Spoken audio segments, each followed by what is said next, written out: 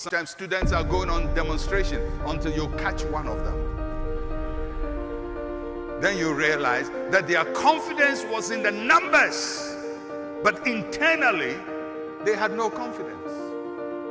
And many of us only have boldness when we are in a group, but we are never bold as individuals. But remember this, life will not attack you in a group. Your problems are not group problems.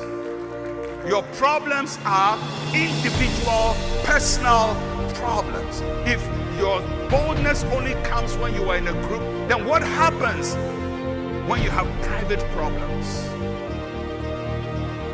It's good to be confident with people, but life is lived as an individual. We never live life in groups.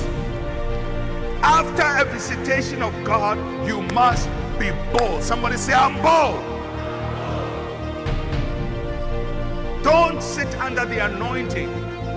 Don't experience a divine visitation and walk back, slink away like somebody who has never encountered God.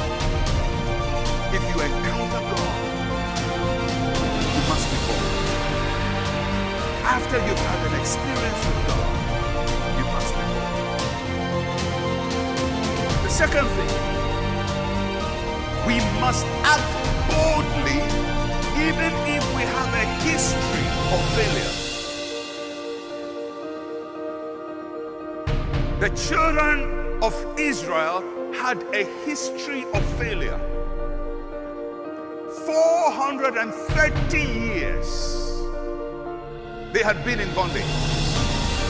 Every time they've tried to break free from Egypt, Pharaoh had made their life worse.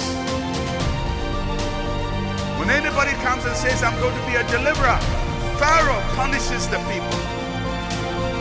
Even when Moses came on the scene, Pharaoh made their life worse. In other words, nobody has been able to break out of Egypt. But they decided, although our history is a history of failure, in this generation we will be bold.